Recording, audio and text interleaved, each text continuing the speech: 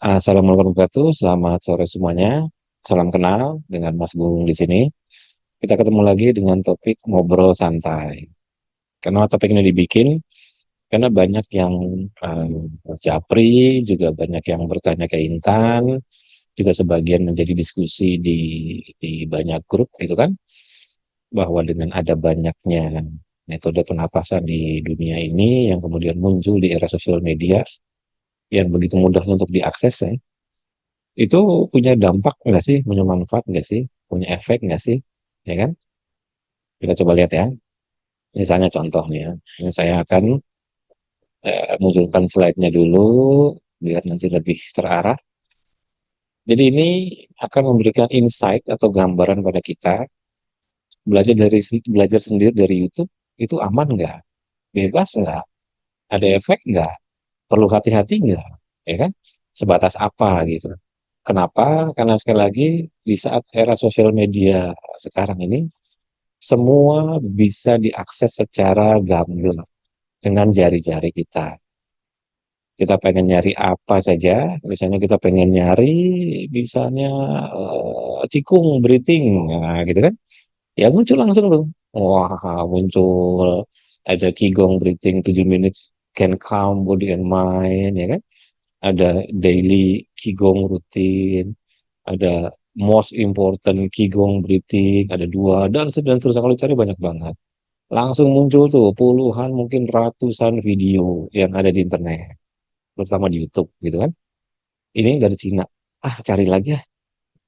Ah, dari India, pranayama. Oh, ada juga ternyata. Wah, langsung kebuka tuh. Ada breathing yang harus must do every day.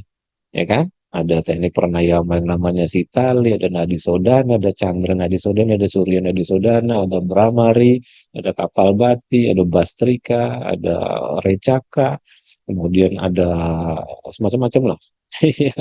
Dengan sangat mudahnya, ya kan? Atau misalnya di YouTube saya, ketik saja di YouTube napas ritme, langsung tuh muncul deng deng deng deng dengan berbagai macam audio-audio yang ada, ya kan, dengan sangat mudahnya. Ya tentu saja bisa dicobai.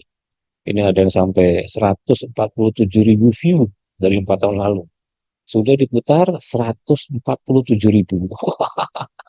Banyak juga nih orang yang apa namanya praktekin audio 55-nya UMG nih. Lihat nih 147.000.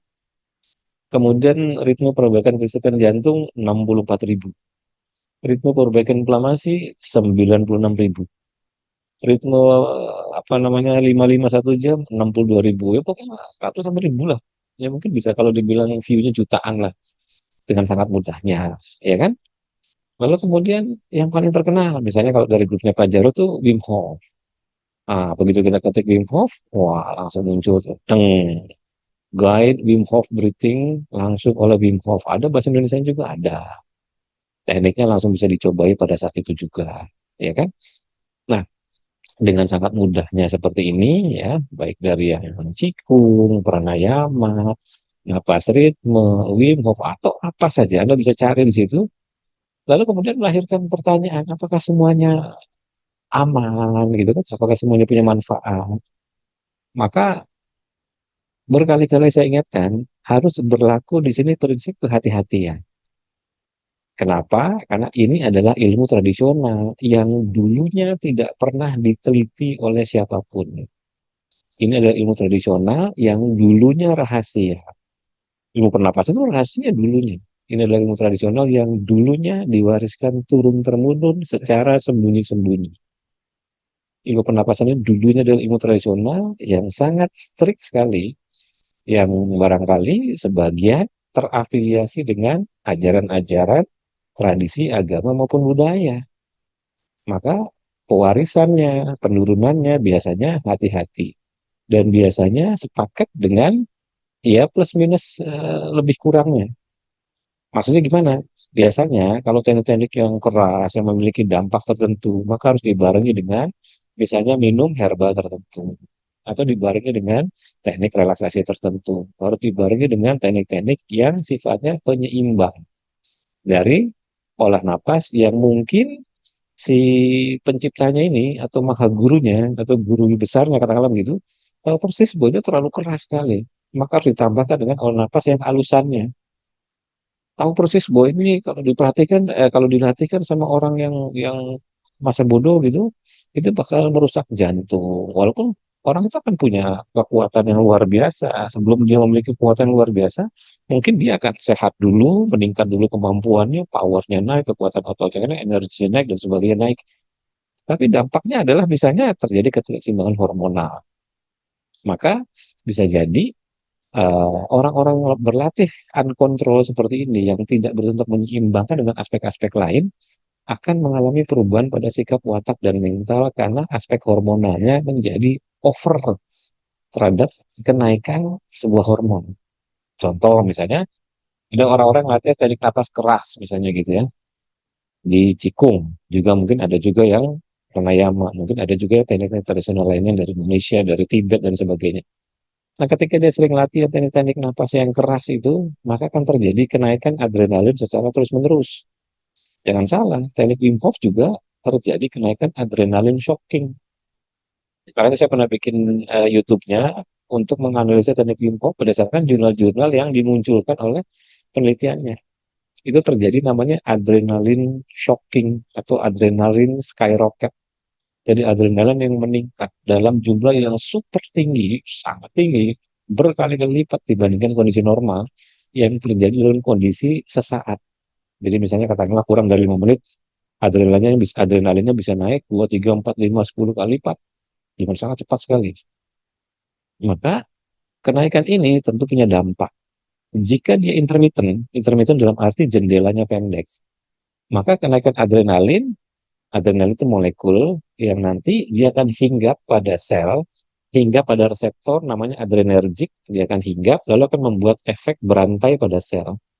Nah, salah satu efek berantai pada sel itu adalah kenaikan NK sel, ini salah satu contoh saja ya, atau kenaikan sitokin anti inflamasi. Sehingga teknik-teknik yang menaikkan adrenalin dalam waktu singkat, dalam waktu cepat, seperti contohnya Wim Hof ini, sudah pasti dia akan meningkatkan kemampuan produksi natural killer cell. Kalau dilakukannya dengan porsi yang wajar. Tapi karena olah napas ini nggak ada bimbingan, misalnya dari gurunya, kadang-kadang ada peserta yang nekat, lakukan aja 10 kali, 20 kali, 30 kali Wim Hof. 30 repetisi maksudnya 30 rit. Ada yang melakukan sampai 20 rit. Wah, gitu kan. Ada yang melakukan sampai 40 rit. Wah, sampai sejam. Ya. Yang terjadi nanti terjadi kondisi namanya adrenal fatigue atau kelelahan kelenjar adrenal. Karena dipaksa untuk naik terus-terusan. Dampaknya justru malah jadi nggak bagus. Kalau namanya orang kelelahan, ya berarti dia capek. Kalau capek, ya stresnya naik. Ya kan?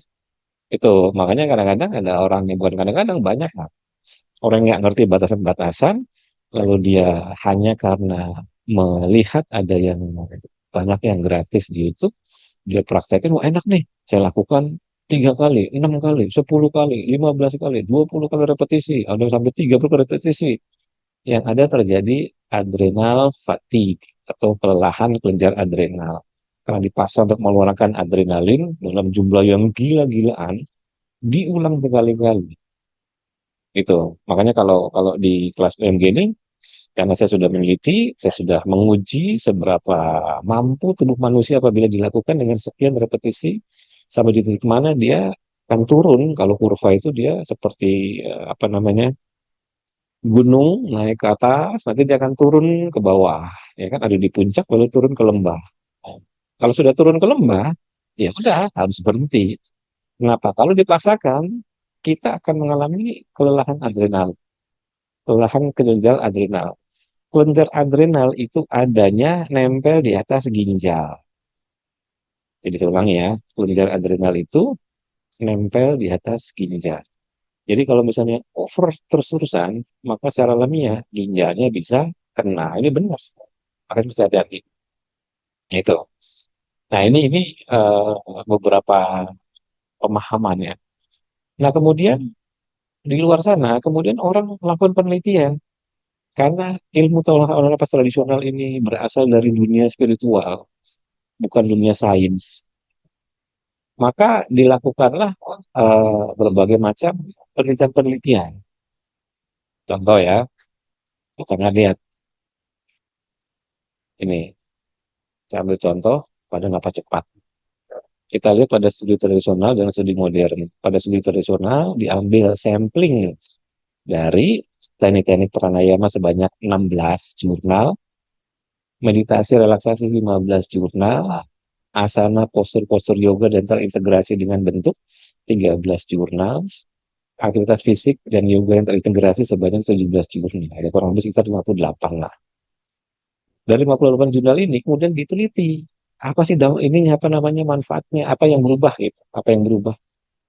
Dilakukan penelitian mengenai teknik ujjayi atau the sound of the ocean. Jadi di seorang subjek disuruh melakukan tarik nafas yang kedengaran dari tenggorokan, buang nafas juga kedengaran dari tenggorokan. Lalu dilihat hasilnya, apa efeknya, dicatat. Ini proses-proses pencatatan semua. Sama dia melakukan kapal batik, dia suruh melakukan bastrika atau nafas cepat. Terjadi kenaikan oksigen consumption sebanyak 33%, 35%, dan 30% dibandingkan mereka yang drip saja. Apalagi disuruh melakukan ini, itu, dan sebagainya. Ini semua penelitian-penelitian yang bertujuan adalah untuk mengetahui apa yang berubah ketika seseorang itu melakukan teknik pernapasan ini. Jadi jatuhnya, ya katakanlah manfaat lah. Dilihat meningkatkan apa, menurunkan apa. Kayak contoh di sini ya, melakukan olah napas pada ketinggian yang berbeda. Ya, ini pada ketinggian 520 meter dan 3.800 meter di atas permukaan laut. Efeknya apa? Ada yang melakukan apa cepat, kapal bati sebanyak 120 kali per menit. Ini bisa jadi ritme seperempat seperempat ya, kalau dalam OMG. Ritme seperempat seperempat. Cepat sekali, tarik buang, tarik buang, tarik buang, tarik buang. Meningkatkan sampai oksigen consumption 50%. Minute ventilation naik sampai 209% saat melakukan. Ini nih mencatat semua nih. Dicatat, ya kan? Wah, asik nih, keren, dapat penelitian-penelitian. Nah, pada studi-studi tradisional zaman dulu ini, tentu proses pencatatan jadi penting. Akhirnya kita jadi tahu ketika dipraktekkan teknik ini, oh ternyata dia menghasilkan perubahan ini. Ya kan? Dipraktekkan, menghasilkan perubahan segala macam yang ada di sini. Dari mulai naiknya oksigen consumption. Kita bisa memilih, oke, teknik yang seperti ini, ketika dipraktekkan ternyata oksigen consumption-nya tinggi, kemudian apalagi misalnya CO2-nya jadi lebih rendah dan sebagainya. Nah, lalu studi modern masuk. Ini juga studi modern, hanya pengertian studi tradisional adalah untuk mencatat, mengetahui apa-apa yang berubah pada badan. Tapi kemudian orang berpikir, ini ada plus minusnya nggak sih? Kalau tadi kan kita melihat dari sisi plusnya, dari sisi manfaat, berarti plusnya kan. Oh oke, dia terjadi perubahan A, B, C, D, E, F, G gitu kan. Oke, bisa dilihat masing-masing teknik. Lalu kemudian teman berpikir, setiap sesuatu yang sifatnya hacking, karena olah napasnya kan hacking, setiap sesuatu yang sifatnya hacking pasti punya dampak, ya kan? Melakukan percepatan pada sesuatu kan pasti punya dampak. Ya, tadi saya kasih contoh, orang melakukan Wim Hof sampai 30 repetisi, atau 20 repetisi, atau 10 repetisi, badannya sih mungkin rasanya baik-baik aja. Tapi kelenjar adrenal di atas ginjalnya sudah kelelahan. Karena setiap kali melakukan teknik Wim Hof terjadi kenaikan adrenalin gila-gilaan. Dipaksa kelenjar adrenalnya untuk memproduksi hormon adrenalin dalam jumlah yang sangat besar dalam satu saat. Setelah itu berhenti. Paksa lagi di repetisi kedua, naik lagi, lalu berhenti. Paksa lagi di repetisi ketiga, naik lagi, lalu berhenti. Paksa lagi di repetisi keempat, naik lagi, lalu berhenti. Paksa lagi di repetisi kelima, naik lagi, lalu berhenti. Dipaksa lagi sampai repetisi ke-6, terus dia paksa sampai repetisi ke-10. Badannya sih rasanya baik-baik aja.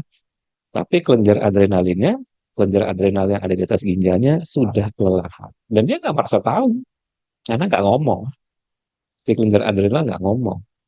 Kita harus mengujinya dengan HRV salah satunya. Sehingga nanti ketahuan, ketika total powernya sudah drop, maka pada titik itu tubuhnya sudah mengalami kelelahan sebenarnya. Itu, maka dia harus berhenti. Tekniknya harus dihentikan. Jangan dipaksa. Kenapa? Karena sudah kelelahan. Total powernya sudah turun. Kelistrikan pada sistem saraf sudah turun. Itu. Nah, sampai sini ya. Oke. Nah, sekarang pada studi modern ini, oke, tadi kita sudah bicara manfaat, sudah lakukan penelitian, ini, itu, dan sebagainya. Meningkatkan ini dan itu dengan teknik yang seperti ini, molekul ini dan itu naik, oksigennya naik, ini naik, dan sebagainya, ada yang turun. Lalu apa dampaknya di badan kalau misalnya dilakukan tanpa bimbingan atau sekedar ngelakuin terus-terusan?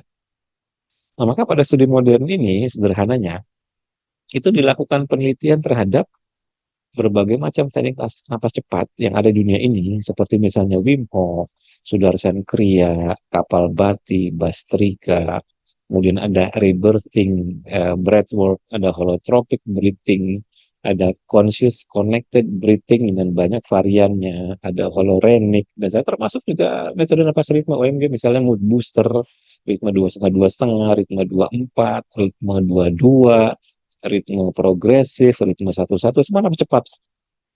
Itu kemudian diteliti untuk mengetahui apa dampak tambahan atau dampak yang akut ya, dampak akut yang terjadi pada saat itu. Maka muncul di sini. Nah, ini muncul di sini. Kelihatan jelas ya. Ketika seorang itu melakukan teknik G2MO atau inner fire, napas setengah-setengah atau napas seperempat, yang ada tahan napasnya, maka terjadi dampak pada peningkatan body temperature. Terjadi sedikit pusing atau geliangan, dizziness, agak-agak gerenggeng-gerenggeng, agak-agak pusing sedikit, agak-agak brain fog sedikit, agak-agak takikardia. Nah, ini kan kecacatan akut kita sebut saja agak-agak lah. Iya. Takikardia itu berarti detak jantungnya tinggi, naiklah begitu. Ada juga di sini visual disturbance, berarti gangguan secara visual, berarti pandangan mata sedikit terganggu, mungkin sedikit lebih blur. Ada juga palpitasi, gangguan irama jantung. Ada juga shakiness, gemeter, tangannya tiba-tiba gemeter. Anxiety, tiba-tiba muncul kecemasan. Sweating, tiba-tiba berkeringat. Tiredness, tiba-tiba merasa lelah. Exhausted, merasa kelelahan. Kemudian tinnitus, tiba-tiba denging. Biasanya 10 detik terakhir, nih muncul dengingan di telinga. Ya kan? Itu tinnitus namanya. Terus mulut menjadi sangat kering. Nah, ini namanya potensial acute effect ketika melakukan teknik yang disebut dengan inner fire. Ada lagi kapal bati, diambil dari yoga pranayama, Hinduism, gitu kan? Itu apa nih? Ya sama mirip, ada lightheadedness, dizziness, tachycardia, dan sebagainya, palpitasi, gangguan irama jantung itu berarti aritmia, ya kan? Kemudian shortness of breath, napasnya jadi lebih pendek-pendek, fatigue, kelelahan, lohing, bisa laughing tuh biasanya tiba-tiba bisa ketawa sendiri, eyes watering, tiba-tiba matanya berair. Nah, inilah potensial acute effect ketika seorang itu menjalani kapal bati. Juga ketika menjalani bastrika, juga ketika menjalani holotropic, juga ketika menjalani rebirthing breathing, apa cepat semua, termasuk ketika menjalani Wim Hof breathing. Wim Hof breathing, ketika dia melakukan 3 sampai 4 set saja, itu sudah muncul semua dampak ini. Ada palpitasi, gangguan irama jantung, ada shakiness, tinnitus, dan sebagainya. Ini potensial acute effect. Ya memang acute itu bisa tidak berbahaya, tetapi tetap harus diwaspadai. Ya kan, sama kayak orang bersepeda. Itu akan terjadi kenaikan detak jantung. Jadi increase heart rate. Itu akan masuk pada potensial acute effect. Ya tidak ada masalah kan, memang seperti itu. Tapi tetap harus diwaspadai kalau detak jantungnya naik terus. Maka dari itu ketika seorang itu olahraga fisik, dia akan menggunakan zona-zona yang dianggap aman untuk dirinya. Baik dari zona 2, zona 3, zona 4 misalnya begitu. Kalau profesional atlet, dia bisa pakai zona 4, zona 5. Tapi kalau orang-orang biasa yang hanya untuk mendapatkan kesembuhan biasa, zona 2 sana sudah cukup. Itu dengan batas 60-70% dari heart rate maksimalnya. Jadi 220 dikurangi usia. Jadi walaupun potensial acute efeknya itu wajar terjadi ketika seorang itu lari, bersepeda, yang menaikkan detak jantung, tapi tetap itu harus diwaspadai dan dijaga untuk tidak terlalu over. Ya kan? Olahraga kita sepakat sehat, lari ya sepakat sehat, sepedaan sepakat sehat. Coba heart rate naik terus nggak turun-turun, ya kan? Kan nggak boleh, ya kan? Heart rate naik terus nggak turun-turun, oh ya bahaya juga. Walaupun olahraga jalan kakinya, olahraga sepedaannya, berenang nggak bahaya. Tapi kalau heart rate naik terus nggak berhenti berhenti, ya bahaya jadinya. Tuh, jadi walaupun ini potensial acute effect itu akan bisa jadi kembali ke kondisi normal, tidak memiliki dampak yang berarti, tetapi ini harus dipahami. Nah, itu yang saya sering bilang, kehati-hatian di dalam melakukan analisa terhadap sebuah teknik napas. Dicari sebanyak-banyaknya jurnal, dicari sebanyak-banyaknya sumber-sumber rujukan ilmiah di luar sana yang tidak sekedar memberikan manfaat, tapi juga dilihat apakah dia memiliki potensial acute effect.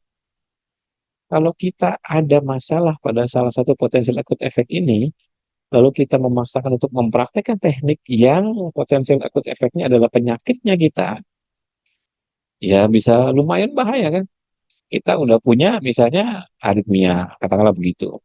Lalu latihan teknik Wim Hof, ternyata ada palpitasi, ada gangguan irama jantung. Walaupun akut ya, kalau kitanya aja udah ada aritmia. Latihan seperti kitanya aja udah ada ya, gangguan irama jantung. Latihan sesuatu yang menaikkan irama jantung, menaikkan gangguan irama jantung. Ya jadi double. Nah itu, jadi tujuannya adalah memberikan gambaran bahwa hal-hal seperti ini ya mesti harus dicari sebanyak-banyaknya. Makanya saya kalau sama ilmu tradisional sekarang ya udah harus banyak hunting, browsing gitu kan, melihat dari jurnal-jurnal apakah ilmu itu pernah diteliti oleh sains atau tidak. Karena saya pernah dalam situasi hidup di mana saya belajar ilmu pernapasan selama, ya kita sebut saja lebih dari 20 tahun lah. Dan masih saya pelajari sampai sekarang, masih aktif ya. Itu tidak ada penjelasan ilmiahnya yang berarti. Selebihnya itu hanya ya manut pada guru. Jadi gurunya disuruh praktekkan kayak gini.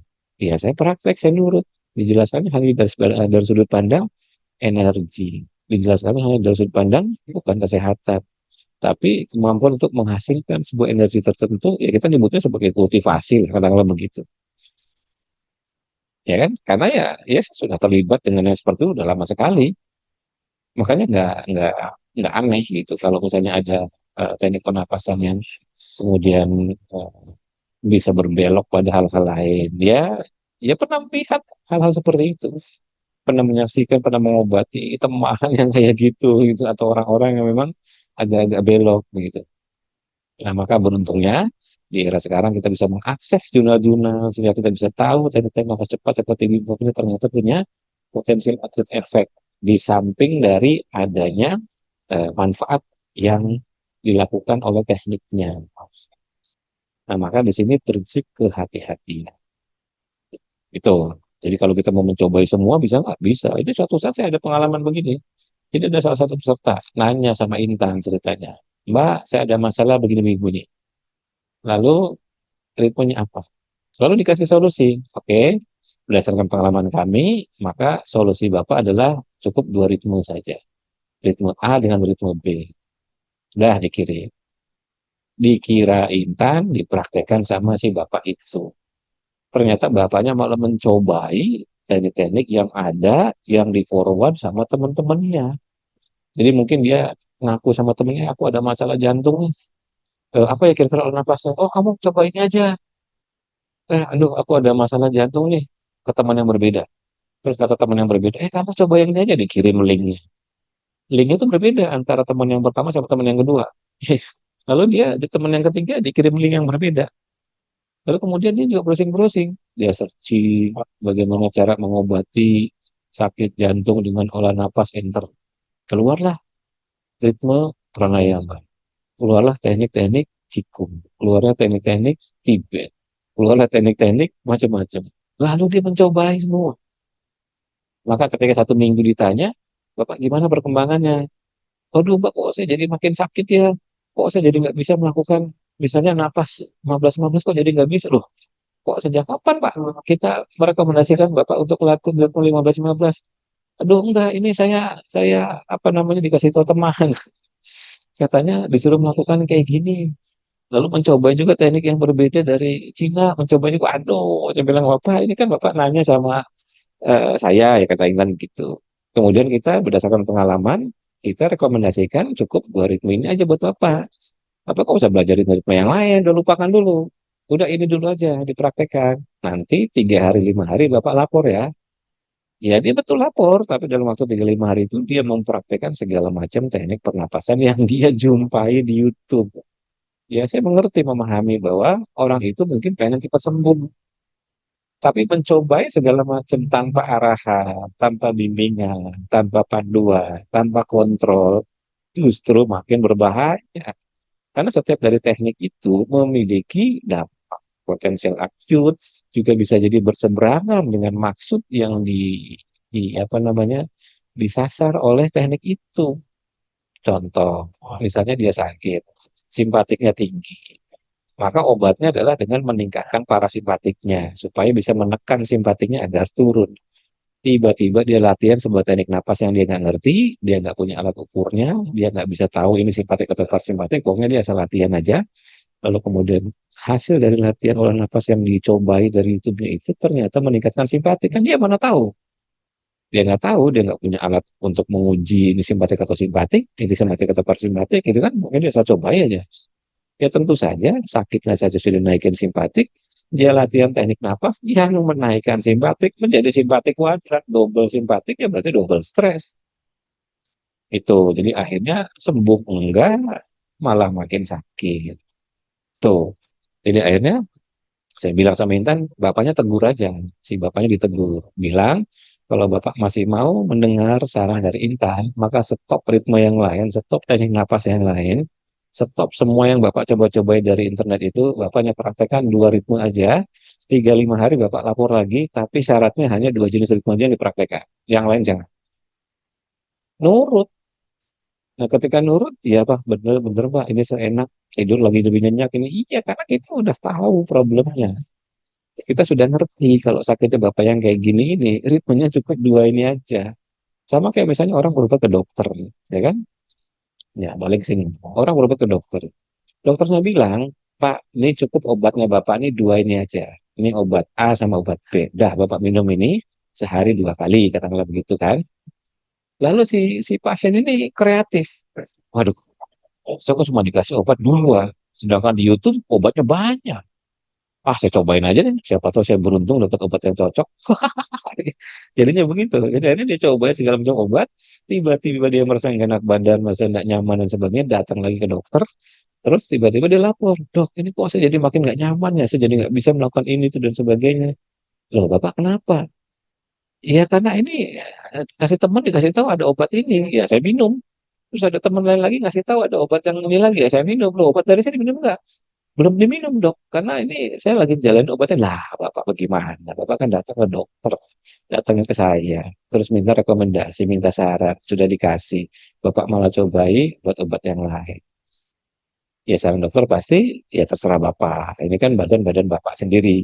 Kalau bapak nggak punya alat-alat ukurnya, nggak ngerti gimana cara mengetahui apa yang terjadi pada badan dan sebuah teknik olah napas. Bapak juga nggak bisa baca jurnal. Bapak nggak ngerti cara menganalisa jurnal, cara mengetahui itu molekul-molekul apa yang muncul dari hasil penelitiannya. Misalnya Wim Hof bagus, ada jurnalnya yang ternyata dia menaikkan sitokin antiinflamasi seperti IL-10. IL-10 itu apa ya? Bapak kan nggak ngerti. Kemudian ada tumor necrosis factor alpha, TNF alpha. Kemudian ada juga human growth factor. Ada juga IL-6. Ada juga interleukin apa. Bapak nggak ngerti kan? Enggak. Ya kalau nggak ngerti ya udah ikuti saja saran. Ini ada obat yang gampang ditelan, diminum aja. Nah itu disebut dengan diarahkan. Ya kalau mau diarahkan, biasanya hasilnya akan lebih bagus dibandingkan harus nyari-nyari sendiri. Oh, jelas sampai sini ya. Jadi ini betul-betul kisah nyata. Ini kisah nyata, bukan bukan karangan. Saya yakin semua yang nonton ini, baik yang hadir pada sore hari ini maupun yang nonton nanti di YouTube, pasti pernah ngerasain atau pernah melakukan mencoba segala ritme-ritme, mencoba segala teknik pernapasan. Oh, ada grup gratis latihan olah napas nih, ikut, ya kan? Oh, ini ada grup gratis latihan olah napas baru nih, ikut. Oh, ini ada grup lain lagi nih latihan. Walaupun tekniknya berbeda-beda, nggak peduli.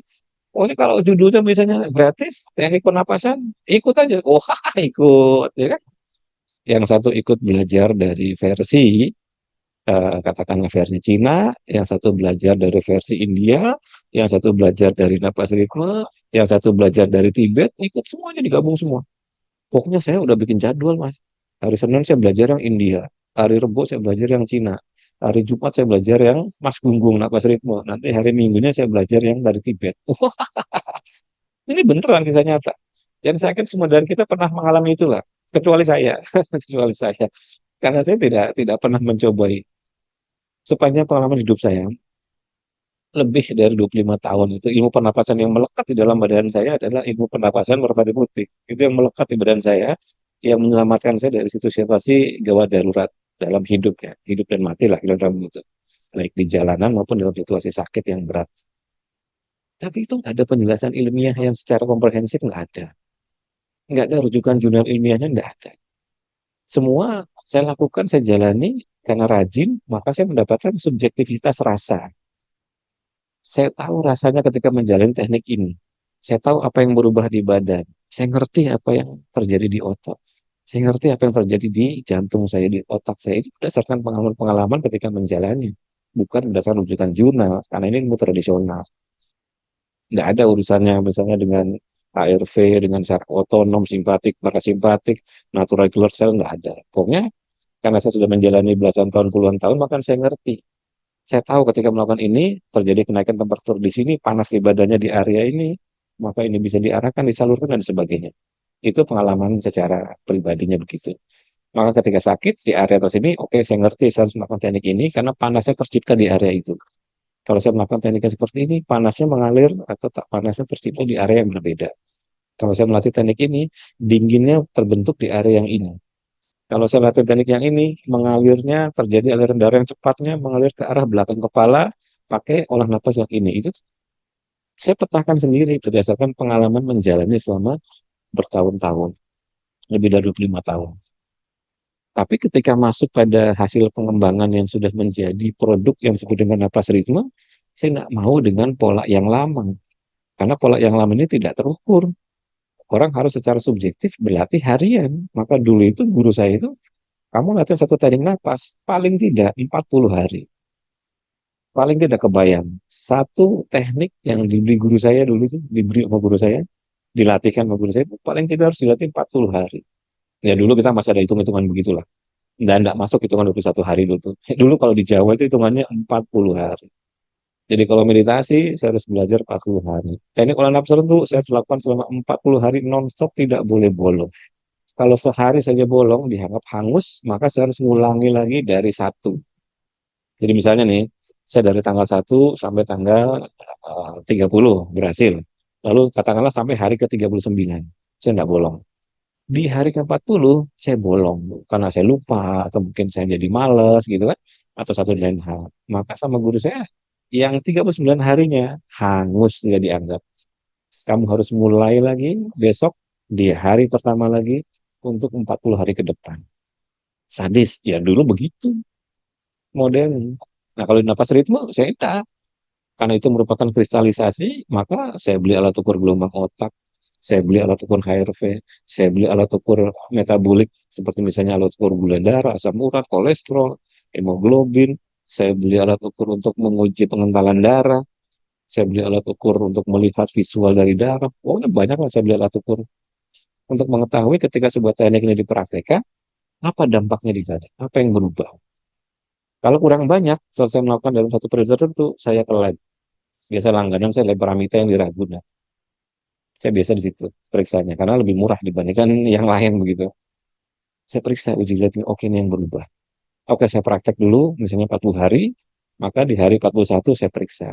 Before after, sebelum praktek saya sudah praktek. Itu dilakukan bertahun-tahun. Sampai akhirnya saya ngerti, oke dampaknya seperti itu. Tapi ini di badan saya. Apakah sama kalau di badan orang lain? Oke, maka untuk orang-orang yang bersepakat, saya wajibkan mereka beli alat ukur gelombang otak, beli alat ukur kimiawi darah ini. Makanya kelas-kelas yang dulu itu wajib dengan sepaket dengan alat ukurnya. Jadi waktu dulu itu nggak ada kelas-kelas Zoom sebelum pandemi itu nggak ada, semuanya kelas offline semua. Jadi saya bikin workshop di hotel, misalnya berhubungan sama normalisasi diabetes. Itu peserta diukur HbA1c di tempat, saya bawa alat ukur HbA1c. Lalu peserta dapat alat ukur gula darah, wajib. Sehingga ketika dia praktek, langsung olah napasnya diuji di tempat di badannya. Dulu begitu.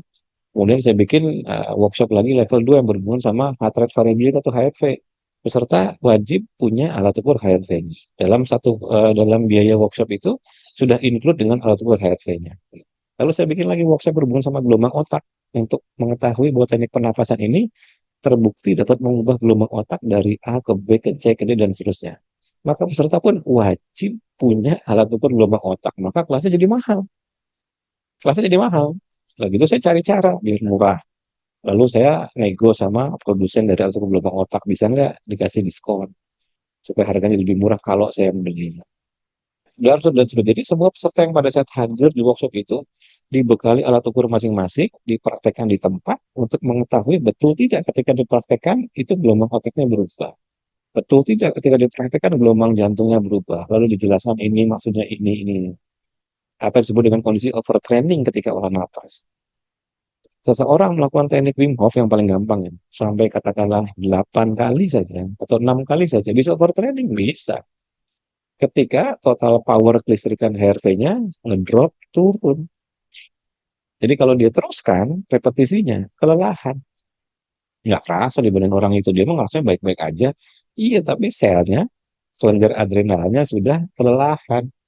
Dan itu nggak kelihatan. Karena dulu saya, yang di otak saya adalah, kenapa banyak praktisi pernapasan yang kemudian kena masalah ginjal, kena masalah jantung. Kemudian orangnya jadi emosional, jadi gampang mutungan, gampang emosian, gampang bluderkan.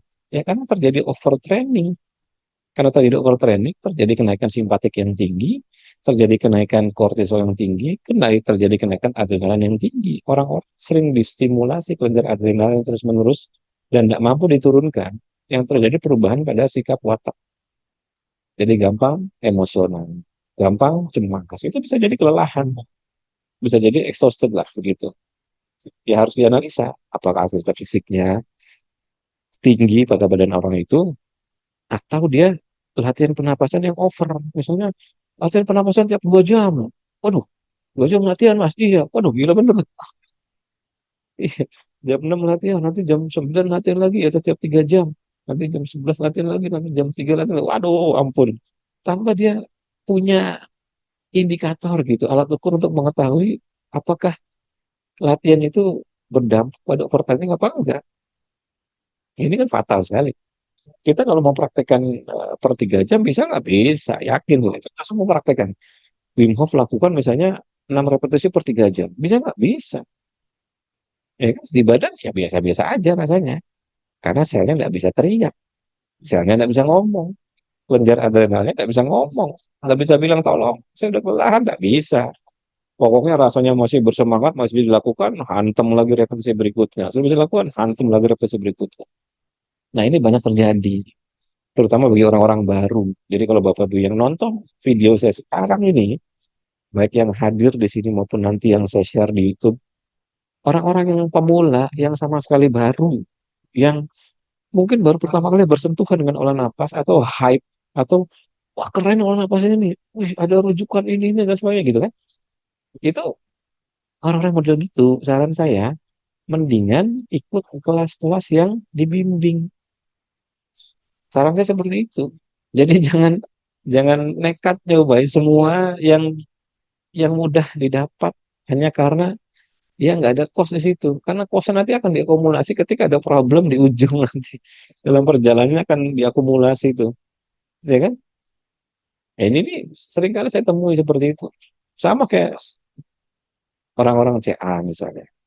Tentu saya yakin mereka punya semangat untuk pengen sembuh cepat. Maka dia akan browsing pernapasan teknik olah napas untuk kanker. Wah, gitu kan enter. Sembuh dari kanker dengan olah napas enter atau apalah pokoknya dia cari kata kunci. Pokoknya dia mau dapetin yang tanpa obat atau yang ini lebih spesifik yang berhubungan sama olah napas. Dia cari, ketemu. Wah, ada nih ritme ini, ada nih teknik ini. Dia cobain. Berguru dia enggak. Ya kan? Kenal sama yang posting di videonya itu atau di YouTube-nya dia nggak kenal. Terus diarahkan dia juga enggak. Tapi langsung praktek. Wah, langsung nyobain. Lalu dia nyari lagi kan, wah nggak berasa apa nih, kayaknya nggak ngefek lah kayaknya nih. Lalu dia cari lagi, ketemu lagi teknik pernapasan khusus kanker, oh ini kayaknya meyakinkan nih, view-nya banyak, yang komen oke oke, wah rata-rata gitu kan, praktek ya. Ternyata nggak ngefek juga, bingung sendiri nggak? Bingung sendiri. Kalau banyak banget teknik pernapasan. Mau cari yang mana coba yang cocok sama badan kan? Nggak tahu. Ya kan, mau nanya sama siapa? Mau DM yang posting di situ juga nggak bisa di DM. Ditemuin aja nggak bisa, ya kan? Kadang-kadang namanya pun acak, random, kadang-kadang pakai suara robot, kadang-kadang cuma ilustrasi background aja gitu, kan, tanpa kita bisa tahu ada apa di balik teknik nafas itu, siapa yang bisa menjelaskan teknik nafas itu mempengaruhi apa dan apa. Maka dari itu, yang paling aman dari orang-orang yang mempublikasikan teknik pernapasan adalah tidak bersentuhan dengan sains. Itu yang paling aman tuh biasanya tuh. Jadi influencer-influencer atau misalnya orang-orang yang ngajarin pernapasan di YouTube, kalau dia mau aman itu dia pasti nggak mau bersentuhan dengan sains. Dia hanya ingin bersentuhan dengan aspek tradisional aja. Kenapa? Kalau tradisional bisa dinego, bisa bisa adu debat lah. Kalau saya nggak bisa, sains itu nggak bisa. Jadi misalnya Anda melihat sebuah teknik tradisional banget. Contoh dari sana tuh begini. Oke, tarik napas. Bayangkan ada energi alam yang masuk. Oh, napas ini bukan sekedar oksigen. Napas ini adalah energi ya, mungkin disebut energi ilahi, energi ketuhanan.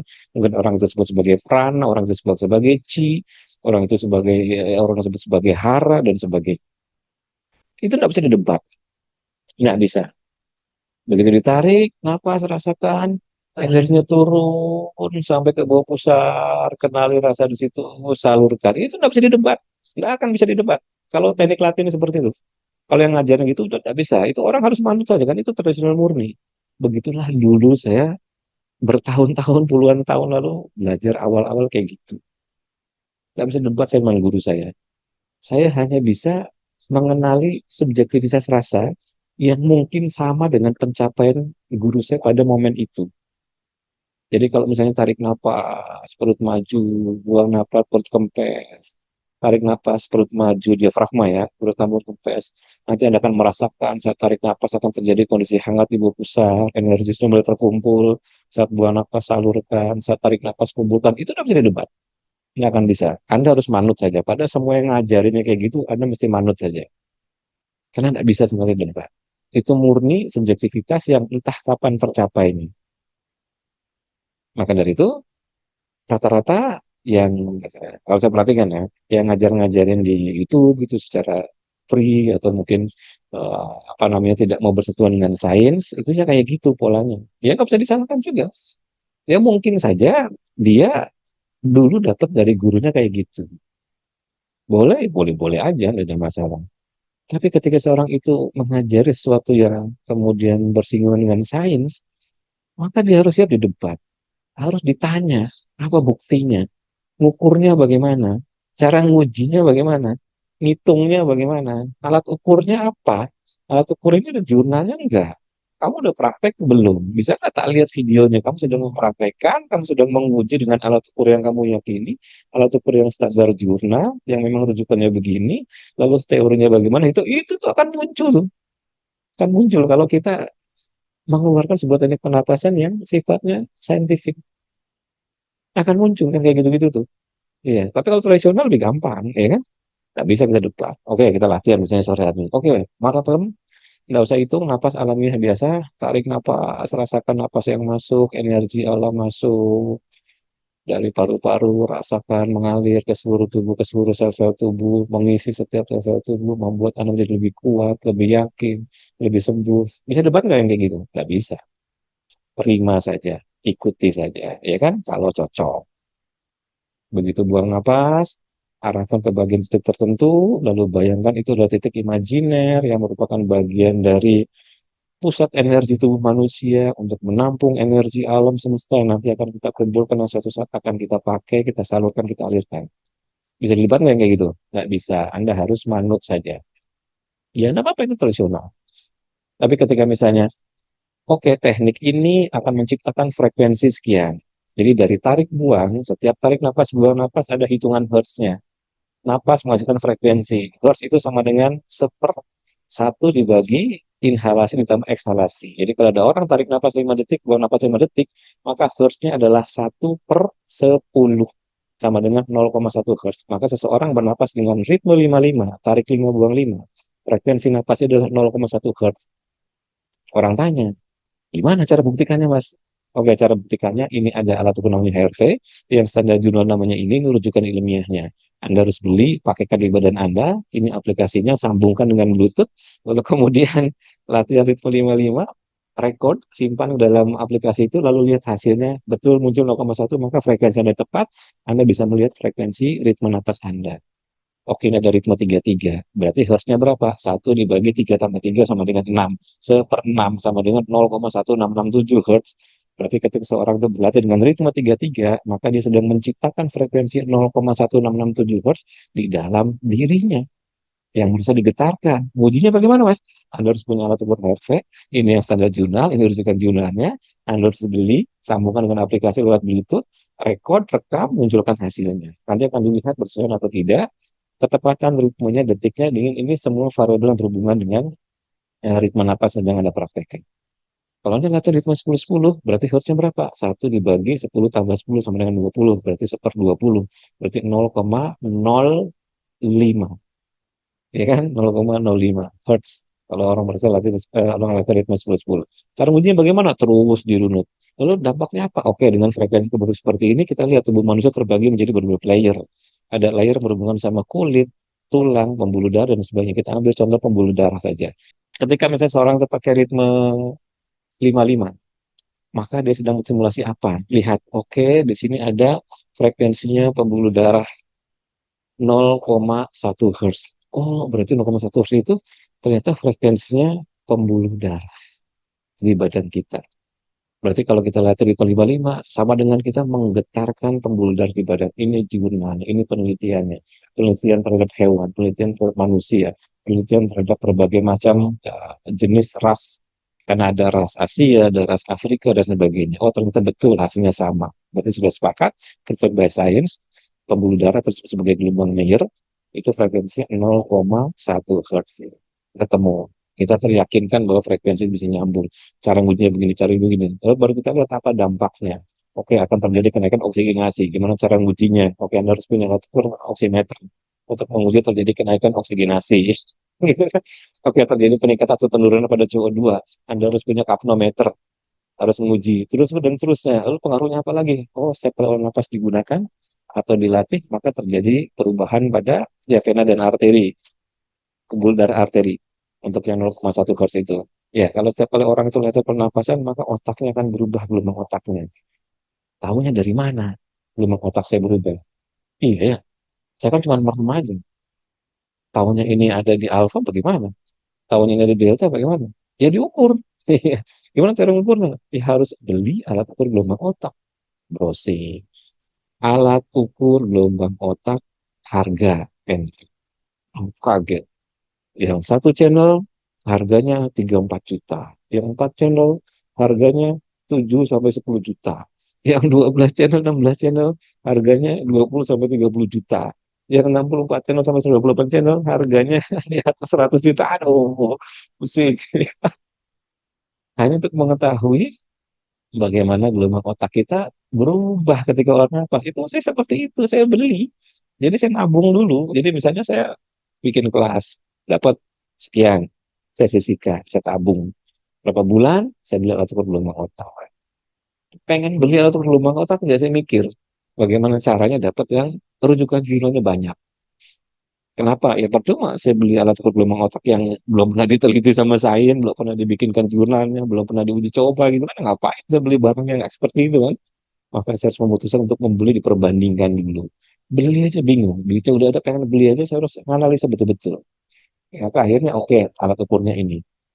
Setelah alat ukurnya ini, masalah berikutnya adalah alat ukur sudah di tangan, maka saya harus mencobanya. Saya pakai sambungan dengan handphone, ternyata aplikasinya harus bayar. Saya beli lagi aplikasinya supaya bisa connect antara alat ukur gelombang otak dengan aplikasinya. Kadang-kadang aplikasinya ada di laptop, harus bayar.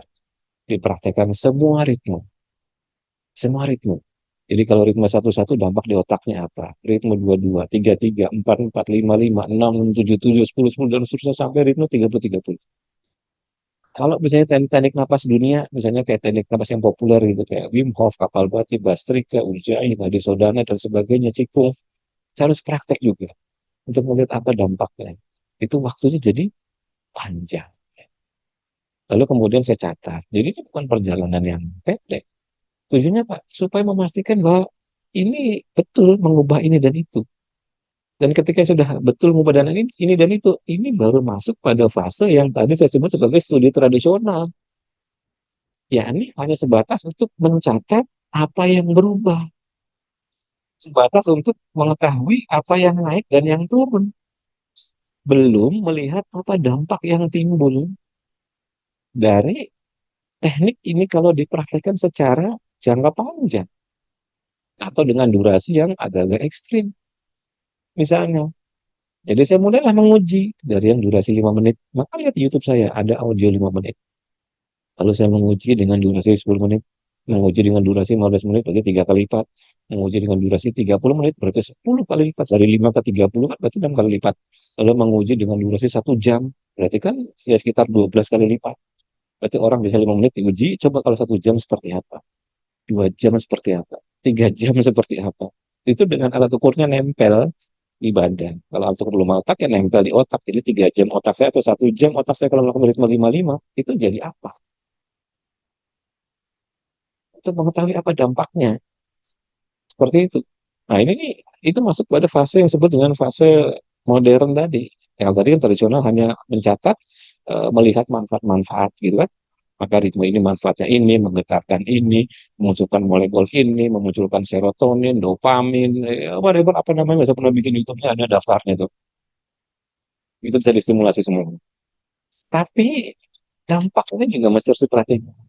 Maka kemudian dari apa namanya proses pembelajaran itu, saya kemudian melakukan pemetaan di mana apa ya titik-titik tertentu ini ketika dipraktekkan pada tubuh orang yang kayak gini metabolismenya, ternyata ritme-ritme ini lebih cenderung cocok bagi orang itu, cenderung cocok bagi badan orang itu dibandingkan orang yang badannya berbeda. Jadi kalau misalnya sakitnya A, ya udah, ya cukup pakai ritme 1, 2, udah itu praktekkan aja secara secara rutin, nggak usah pakai ritme yang lain atau nggak usah pakai teknik yang lain. Itu mesti beres dengan sendirinya. Karena berdasarkan pengalaman perjalanan panjang. Lalu kemudian orang CA-nya kayak gini karakternya. Ya udah, ritmenya satu ini aja. Praktekkan dulu selama sekian hari, nanti kemudian, let's say misalnya praktekkan selama 1 2 minggu, lalu kemudian ubah menjadi ritme ini, tambahkan ritme ini, udah beres, itu aja terusin. Kenapa? Karena itu pernah dicobai dengan orang dengan karakteristik subjek yang sama. Kalau di dalam jurnal itu namanya demografi subjek. Demografi subjek itu setiap penelitian jurnal pasti melibatkan subjek dengan karakteristik tertentu. Maka saya pernah bikin YouTube saya yang menganalisa mengenai hipertensi yang membaik lewat pola napas. Subjeknya adalah begini, begini, begini, begini. Orang-orangnya tidak merokok, usianya di atas 50 tahun, rasnya Asia, kemudian tidak punya komorbid, misalnya begitu subjek demografinya. Lalu orang itu mempraktekkan ritme 48, tarik 4 detik, buang 8 detik. Lalu hipertensinya membaik dan sembuh. Dia jadi normal lah. Lalu ada orang datang mempraktekkan 48, tapi usianya adalah baru 42 tahun. Dia perokok, dia diabetes. Berarti orang ini nggak sesuai dengan penelitian ini. Karena di penelitian ini subjek yang diujinya adalah orangnya di atas 50 tahun usianya, lalu punya komorbid, lalu tidak merokok, lalu rasnya Asia. Sementara yang melakukan ritme 48, orangnya merokok, usianya di bawah 50 tahun. Berarti nggak cocok. Maka bisa jadi ritme 48-nya nggak punya efek. Maka harus cari jurnal yang lain. Jadi saya cari jurnal yang lain yang karakteristiknya mendekati atau mirip dengan karakteristik orang ini. Maka ketika ketemu, oke, Bapak nggak bisa pakai 48, Bapak pakainya 46. Atau Bapak pakainya justru 55. Kenapa? Ya jurnal karakteristik Bapak cocok dengan demografi yang diuji di sini. Maka persentase untuk sembuhnya akan mengikuti karena demografinya sama. Ketika dipraktekkan, ya benar, sama. Seperti itu. Kebayang ya? Ya sama kayak kayak dokter lah begitu. Karena saking seringnya dia ketemu pasien, ya kan dia sudah puluhan tahun lah jadi dokter, ketemu dengan ribuan pasien. Oh, setiap hari dia ketemu dengan pasien mengeluh A, B, C, D, E, F, G. Itu datang pasien baru, dari lihat cara dia berjalannya, gesturnya, nada suaranya, kedalaman suaranya, tampangnya, mukanya, pandangan matanya. Udah langsung, udah Bapak sakitnya ini. Resep. Ini Pak, terusnya nggak diperiksa dok. Udah ketahuan. Iya. Pernah nggak kita kayak gitu? Pernah. Ketemu sama dokter-dokter senior misalnya. Ya kan? Dokter-dokter senior yang barangkali sudah puluhan tahun malang melintang. Udah ketahuan. Oke, coba cerita gejala sebentar. Dok, saya begini, begini, begini. Oh, ya udah paham. Nggak diperiksa dok, udah tahu. Langsung nih obatnya. Karena saking seringnya ketemu dengan hal-hal yang sama terus menerus seperti itu. Nah, sepanjang saya mengajar dari sebelum pandemi di angkatan laut 15 tahun, kemudian era Zoom-nya itu mungkin udah lebih dari ratusan ribu orang yang sudah berlatih napas ritme. Mungkin sudah ratusan ribu orang yang sudah WA saya sampai ganti HP berkali-kali karena memorinya jebol terus. Dulu pakai HP Cina biasa dengan memori hanya 64, naik 128, naik 256, kemudian naik lagi 512, kemudian naik lagi sekarang beli yang 1 tera, ya kayak gitu. Ya pada akhirnya ya jadi ngerti. Oke, berarti karakteristiknya ya seperti itu. Yang sakitnya kayak gini, ya ritmenya nggak usah banyak-banyak. Nggak usah mencoba segala macam. Oh, obatnya cuma misalnya ritme 55 sama katakanlah ritme 24. Ya, praktekkan. Lalu kemudian muncullah untuk karakteristik yang berbeda. Oke, berarti kenapa kalau teknik yang sama dipraktekkan pada orang ini, parasimpatiknya nggak cukup naik? Oke, berarti saya harus bikin ritme atau audio yang parasimpatiknya harus dinaikkan setinggi-tingginya. Supaya menciptakan efek yang lebih besar di badan orang itu. Maka dibuatlah ritme audio yang seperti ini. Lakukan gini dulu, parasimpatiknya cuma segini, lalu naikkan segini. Lalu latihan lagi, naikkan segini. Latihan lagi, naikkan parasimpatik segini. Dalam satu repetisi, maka terjadi kenaikan secara bertahap parasimpatik. Nggak dibikin langsung naik secara signifikan. Enggak, pelan-pelan dulu, naik, naik, naik, naik, naik. Maka lahirlah teknik yang seperti itu. Nah, itu perjalanan panjang. Maka dengan cara seperti ini, disarankan bagi orang-orang pemula, disarankan bagi orang-orang yang ingin teratur gitu latihannya. Jangan mencobai segala yang ada di YouTube. Jangan, walaupun itu gratis. Kecuali kita sudah punya cukup pengetahuan untuk mengerti, menganalisa, kita juga sudah punya cukup alat ukur yang bisa kita pakai untuk menguji teknik itu memiliki dampak apa di badan secara serius. Kalau enggak, mending ya manut saja pada yang memang sudah pernah melakukan itu semua. Nah, maka hubungannya dengan webinar kali ini, hubungannya adalah bahwa OMG sejak lama sebenarnya kita membuka kelas-kelas umum, satu lagi kelas-kelas namanya privat. Tapi kalau privat, mungkin orang ya hanya yang mampu saja lah. Karena memang kosnya tinggi, karena dia mengambil waktu saya lebih banyak. Jadi kalau di privat itu, saya harus luangkan waktu betul-betul untuk dia, saya harus bantu analisa dan sebagainya. Maka OMG membuka namanya kelas grup 10 khusus pendampingan. Jadi kelas pendampingan itu maksudnya gimana? Nah, saya jelaskan di sini ya. Jadi peserta maksimal 10 orang. Ya supaya gampang aja. Supaya gampang. Kalau misalnya terlalu banyak, misalnya kayak kelas senior sehat ya, edisi bulan Juni sampai 60-an orang gitu, itu nggak kekejar lah. Jadi 10 orang itu udah oke lah. Jadi gampang untuk maintainnya, gampang untuk manage-nya. Kemudian apalagi? Peserta mendapatkan sesi konsultasi dan asistensi. Maksudnya gimana? Dalam periode waktu itu, nanti peserta akan dapat Zoom one on one. Peserta harus cerita, konsul dulu masalahnya apa. Mas Gunggung, saya nih CA. CA-nya kayak apa, Bu? CA payudara. Sudah metas atau belum, Bu? Jadi ada anamnesa dulu, ada penggalian informasi. Ibu punya hasil lab enggak? Punya. Coba kirim hasil labnya. Oke, ternyata sudah tegak diagnosa, sudah pernah biopsi, statusnya begini, tingkat gawat daruratnya, tingkat ganasnya dan sebagainya udah jelas. Dikonsultasi. Oke, ibu punya komorbid enggak? Ada mas, aku komorbid diabetes. Ada nggak hasil labnya menunjukkan bahwa ibu HbA1c-nya berapa, kemudian gula darah puasanya berapa? Ada mas, ini. Itu semua digali di sesi konsultasi. Sehingga nanti ada gambaran secara utuh bahwa oke, ini bisa muncul kayak gini, ada kemungkinan seperti ini. Baru setelah itu akan dirumuskan. Ketika misalnya udah ketemu dari sisi konsultasi ini problemnya, gambaran utamanya, gambaran umumnya sampai gambaran spesifiknya, Oke, setelah sesi konsultasi ini, ibu akan latihan sama asisten satu kali, setelah itu ibu jalani PR. Jadi kelasnya ini 2 bulan. Jadi ibu jalani PR, nanti ketemu lagi, konsul lagi, 3 hari lagi Bu ya. 3 hari ini ibu jalani PR. PR-nya adalah ritmenya ini ritme lainnya stop dulu. Jadi ritme lainnya ibu stop dulu.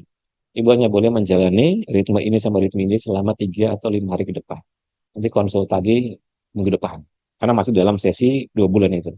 Nanti konsul lagi. Ketika konsul lagi, jika misalnya pasien itu uji lab, lebih bagus untuk melihat apa yang berubah, apa yang naik, apa yang turun.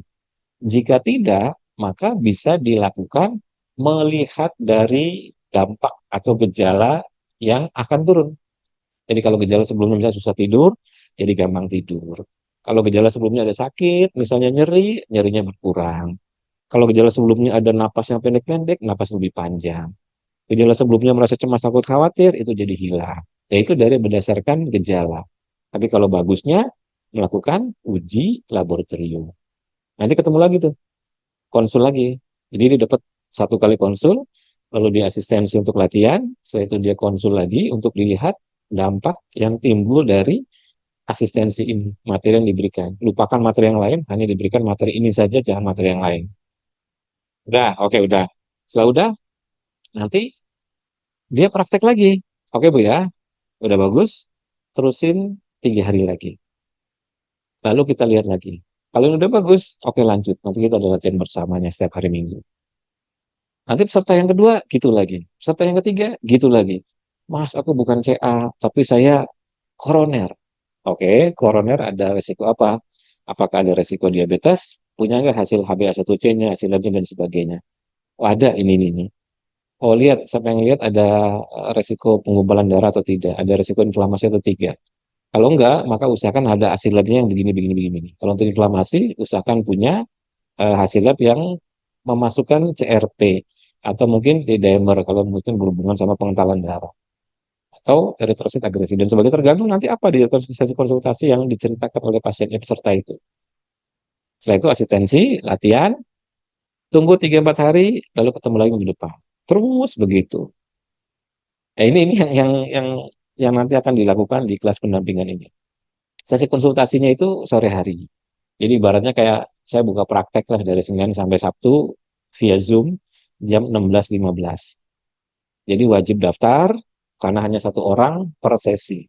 Karena cuma 10, jadi gampang. Jadi pasti akan kena semua. Setelah itu sesi asistensi itu sesi latihan ya.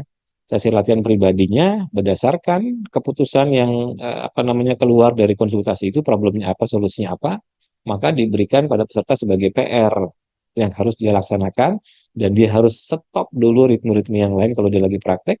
Dia harus stop dulu teknik-teknik yang lain yang dia cobai dari internet secara gratis. Dia hanya menjalani latihan yang direkomendasikan saat sesi konsultasi. Nggak boleh latihan yang lain dulu, itu dulu aja. Supaya Pak, supaya kita tahu bahwa variabelnya cuma itu. Kalau terlalu banyak variabel dengan nyampurkan dengan senci, campurkan dengan cikung, nyampurkan dengan reiki, campurkan dengan pranayama, mumet lah kebanyakan variabelnya kan stop dulu. Hanya napas ritme saja yang nanti direkomendasikan berdasarkan masalah yang diceritakan pada sesi konsultasi. Jelas ya? Baru nanti kita ada latihan bersama, resonansi individual dan resonansi komunal setiap hari Minggu jam 19.15. Itu tujuannya untuk menyamakan frekuensi kesembuhan. Kita akan belajar bagaimana cara menggetarkan semesta. Kita akan belajar, karena kan materinya yang spesifiknya sudah tadi. Yang spesifik untuk orang per orangnya itu sudah diberikan saat sesi konsultasi. Maka latihan bersama adalah latihan untuk menciptakan resonansi kesembuhan bersama. Ini namanya resonansi komunal. Dasar ilmunya bisa dilihat YouTube saya, ketik saja resonansi komunal. Itu nanti ada logikanya. Bagaimana ketika kita menggunakan satu ritme yang sama, secara kolektif, jadi misalnya ada 10 orang latihan atau 5 orang latihan, dengan ritme tertentu, ritme yang menggetarkan frekuensi bumi, maka akan terjadi resonansi di badan orang itu dengan badan setiap peserta. Baru setelah itu apa step by step-nya harus dilakukan supaya getarannya ini nyampe merambat. Dan ini akan enak banget nanti. Karena ini yang biasa saya lakukan di angkatan laut. Jumlah sesi bersama latihan karena 1 minggu sekali, sebanyak 8 sesi berarti 2 bulan. 2 bulan ini, kalau misalnya ada praktekan, Nggak mungkin nggak ada perubahan. Karena variabelnya hanya melaksanakan teknik pernapasan yang direkomendasikan saat sesi konsultasi. Tidak mempraktekkan teknik pernapasan yang lain. Hanya saat sesi konsultasi saja. Jadi kalau ada yang belajar yang lain sementara ya, ya sudah simpan dulu aja. Toh hanya 2 bulan kan. Waduh, saya udah kepalang ikut kelas mas. Ya udah simpan aja sebagai rekaman. Kan rekamannya bisa diakses nanti 2 bulan ke depan. Kalau di UMG itu semua kelas Zoom-nya itu ada rekamannya. Jadi peserta yang ikut tuh ya udah rekamannya dia punya apa dia punya nanti 2 minggu lagi, 2 bulan lagi, setahun lagi dia masih bisa akses tuh rekaman tuh nggak akan hilang. Ya kecuali HP-nya yang hilang atau nomornya mati ya. Tapi kalau nggak nomornya tetap bisa diakses, maka semua rekaman di UMG itu sesuai dengan kelas yang diambil peserta itu akan bisa diakses kapan saja sepanjang Google Drive-nya masih ada. Iya, karena akan terus ada. Ya kan saya kan udah bertahun-tahun bikin seperti itu. Google Drive saya sekarang tuh udah berlangganan 4 tera. Jadi sekarang udah hampir 2 tera ya. 2 tera itu banyak banget. 2 tera itu 2000 giga. Jadi saya punya rekaman audio, video, sesi Zoom yang jumlahnya 2000 giga di banyak kelas dari bertahun-tahun lalu. Itu, jadi ini kelas yang 2 bulan. Nah, kemudian tiap peserta dapat mengambil sesi konsultasi selama sesi latihan bersama belum berakhir, jadi 2 bulan ini. Kayak tadi, dia sesi konsul misalnya di tanggal 1, katakanlah begitu ya. Nanti kemudian dia menjalani praktek sampai tanggal 3, tanggal 4 konsul lagi. Nanti dianalisa. Kalau oke, lanjutkan sampai tanggal 8. Lalu konsul lagi. Ada jadwalnya nanti. Dia harus apa namanya dijadwalkan. Ya karena konsul itu penting sekali. Supaya tahu satu dijalankan atau tidak tekniknya. Dua diarahkan. Karena yang paling penting itu diarahkan itu. Dan kalau diarahkan, jangan bandel. Jangan bandel gimana ya? Kayak tadi cerita ya. Sudah diarahkan cukup 2 teknik ini saja buat si bapak itu. Bapaknya malah nyoba yang lain. Hingga efeknya tidak seperti yang diharapkan. Nah itu ngaco tuh yang kayak gitu. Jadi kalau namanya diarahkan tuh ya udah, Mas, kalau dari sini saya mau ke Kemang bagaimana? Oh nanti Bapak lurus saja, nanti belok kanan lurus lagi nyampe. Misalnya gitu tuh. Ya udah kita ikuti aja namanya udah diarahkan. Tapi kok saya lihat ada banyak jalan, Mas. Itu ada yang bisa belok kiri, ada yang bisa ke kanan, ada yang bisa putar balik. Ya wis tak karepmu lah kalau pengen muter-muter. Ini tak kasih tahu yang paling pendek, yang paling gampang. Lurus, belok kanan, lurus lagi nyampe. Kalau ada jalan banyak, ya memang naturalnya jalanannya begitu. Pasti ada yang belok kiri, belok kanan, ada gang sempit, ada gang panjang, gang pendek gitu kan. Tapi tidak semua jalan itu harus dilalui. Kalau sudah diarahkan, maka kita lebih cepat nyampe ke tujuan. Targetnya begitu. Oke, jadi ini kesimpulannya. Untuk kelas pendampingan grup 10 ini. Dan berapa biayanya? 1,5 juta untuk 2 bulan. Jadi sudah termasuk tadi asistensi, konsultasi, latihan bersama selama 2 bulan. Ini jauh lebih murah dibandingkan misalnya Bapak Ibu ambil kelas privat yang secara individual. Karena ini kolektif, jadi mudah-mudahan ini bisa menjembatani mereka yang ingin mau diarahkan untuk diberikan solusi berdasarkan masalah kesehatannya yang dilaporkan di dalam sesi konsultasi. Sehingga lebih gampang, gitu kan, lebih gampang. Jadi 2 bulan itu akan ketahuan semua. Ya syukur-syukur pesertanya mau uji lab, rajin uji lab. Syukur-syukur ya. Kalau enggak, ya berdasarkan gejala aja. Apa gejala yang Bapak rasakan saat ini? A, B, C, D. Coba ditulis dulu. Bikin catatan di handphone atau bikin catatan di notes ya, pakai bolpen. Lalu latihan 3 hari, dari catatan gejala itu, mana yang berkurang, mana yang hilang. Kalau muncul gejala baru, tulis di situ. Nanti kita akan lihat lagi solusinya apa. Kalau sudah banyak yang hilang dari gejala-gejala itu, ya udah, ini udah bagus, lanjutkan. Ini udah bagus, lanjutkan. Ini udah bagus, lanjutkan. Jadi dulu ini saya pernah pakai tuh waktu sebelum COVID. Kalau sebelum COVID itu ya memang semuanya serba offline. Karena nggak kebayang dunia akan menjadi sangat zoom zoom zoom gitu kan segala serba zoom. Kalau dulu ya offline offline aja. Jadi ketemu di mana, kumpul di meeting room mana begitu kan. Ayo ntar kumpul lagi di meeting room mana, kumpul lagi di meeting room mana. Nah, kalau sekarang di Jakarta itu saya udah mulai untuk menggalakkan yang offline lah. Kemarin kita buka di Ragunan kan, latihan alam di Ragunan. Itu 19 orang. Ya, animonya lumayan bagus ya, walaupun hari kerja. Nanti kita bikin lagi hari Sabtu ya. Mudah-mudahan hari Sabtu lebih banyak. Rencana di minggu ketiga, kita akan buat lagi latihan Draguna. Nah, jadi kalau Bapak Ibu tertarik, dan berminat untuk diarahkan, maka saran saya silahkan ambil kelas ini. Lalu posisi kelas-kelas yang lain di UMG bagaimana Mas? Yang ada kelas Delta itu sebagai pengetahuan. Sebagai pengetahuan, kalau Bapak Ibu sudah punya pengetahuan itu lebih bagus.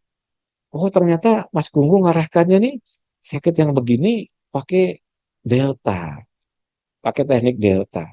Oh bisa, karena dia udah pernah ikut kelas Delta, jadi dia ngerti ketika diarahkan, oh iya. Oh ternyata sakit yang saya yang kayak gini nih, ternyata bisa pakai Alpha. Oh ternyata harus pakai Gamma misalnya. Oh ternyata harus pakai kelistrikan jantung dulu, baru ini. Oh ternyata harus pakai ini. Ya, itu seperti itu tuh. Oh ternyata, ya karena dia udah pernah ikut banyak ya, makanya dia ada di gambaran kan. Tapi kalau enggak, ya udah manut aja. Oke, ritmenya ini praktekkan sehari misalnya 2 kali, maksimal 3 kali. Pagi, siang, sore, atau pagi, sore, malam. Atau pagi, siang, malam. Atau siang, sore, malam. Silakan saja. Tapi kalau waktu pagi itu selalu saya wajib untuk latihan olah napas. Kan itu penting banget.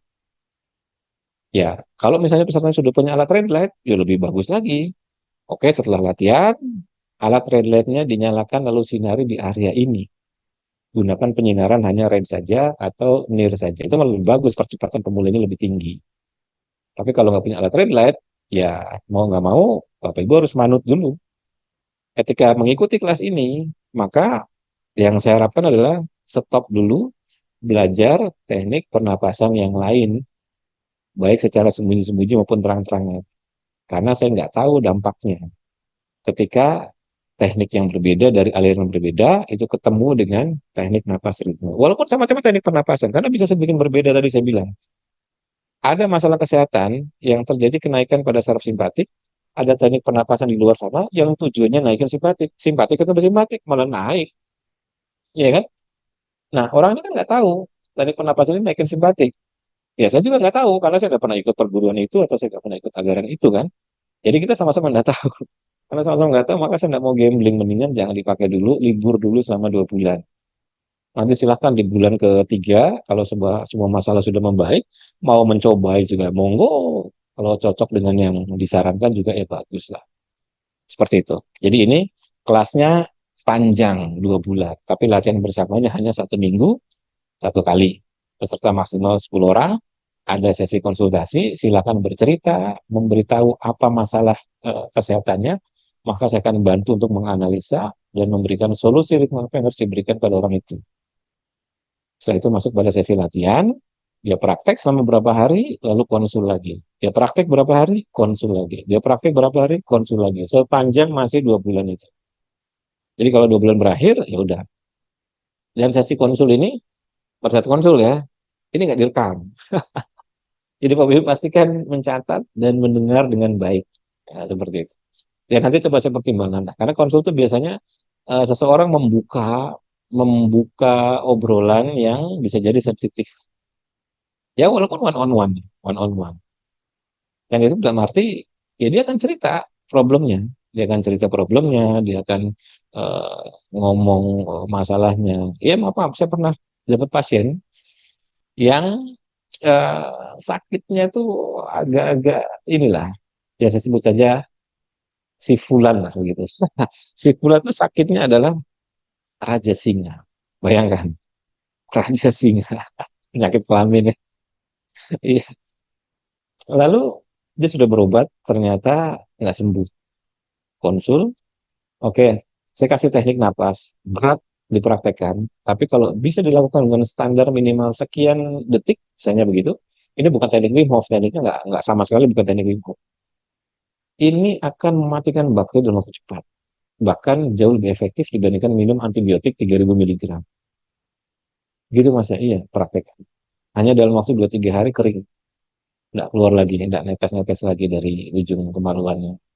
Tapi saya bilang, ini nggak lantas kemudian bandel loh ya Mas. Iya Mas, enggak katanya.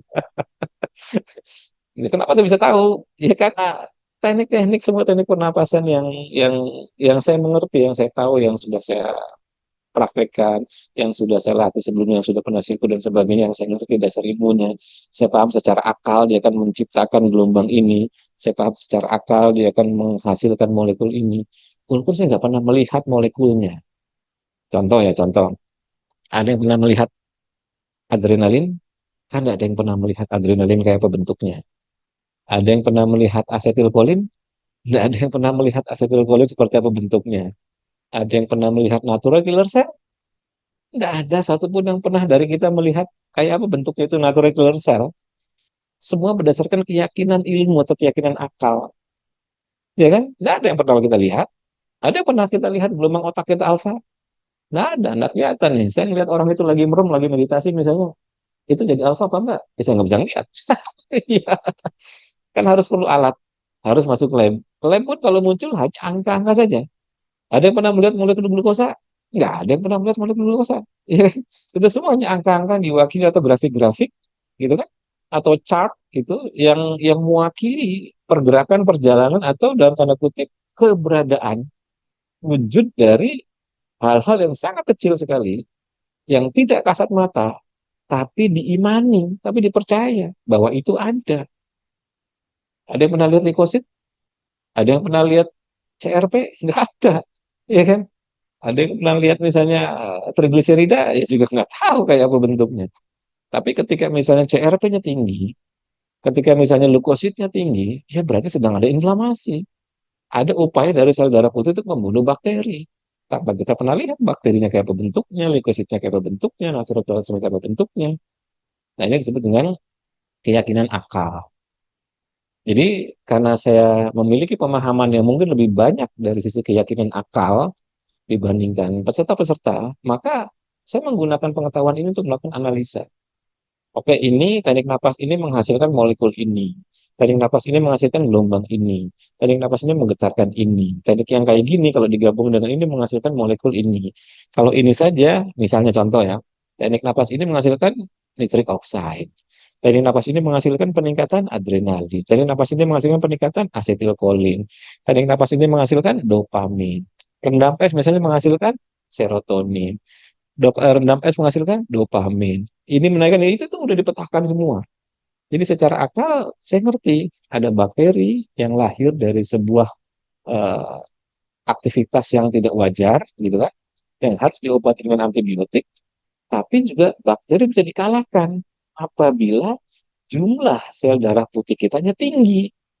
Kalau jumlah sel darah putih kitanya tinggi, berarti harus ada upaya untuk menggunakan teknik pernapasan yang secara cepat menaikkan besar-besaran sel darah putih. Maka itu bisa dipakai untuk mematikan bakteri. Ini nih gambaran umumnya kira-kira seperti itu.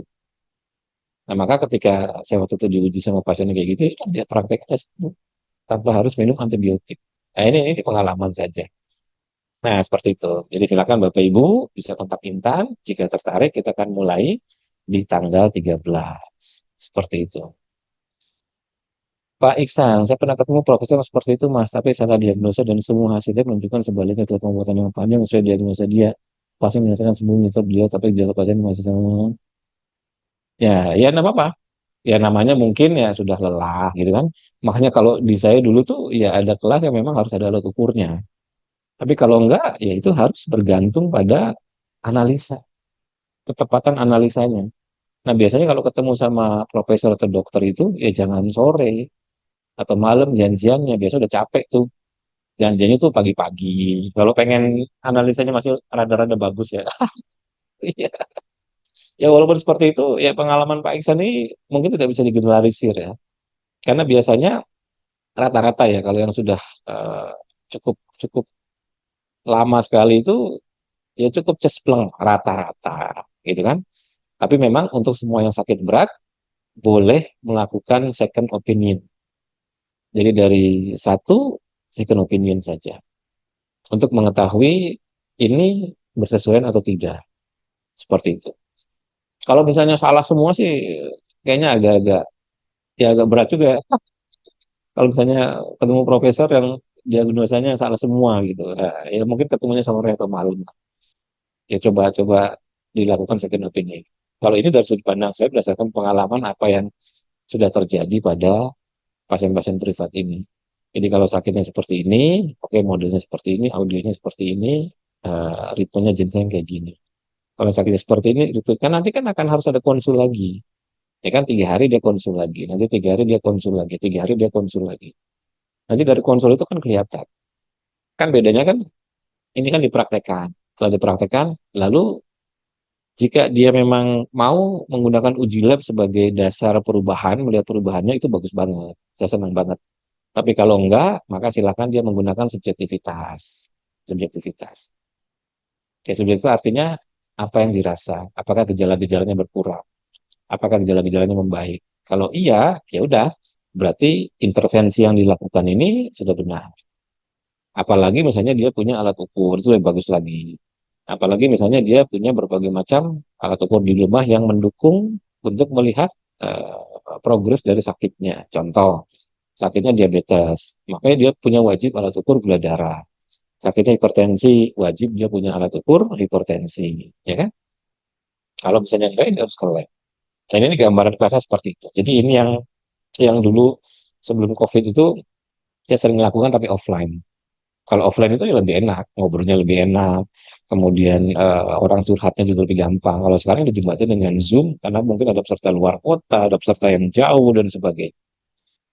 Nah, seperti itu. Oke, mudah-mudahan jelas ya.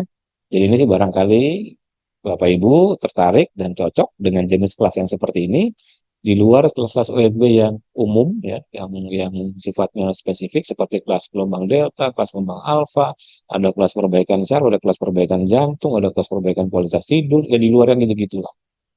Ini hanya untuk orang-orang yang memang ya kalau mau butuh pendampingan, mau diarahkan gitu kan, dia mau konsul dulu, mau cerita dulu masalahnya apa, ya kan?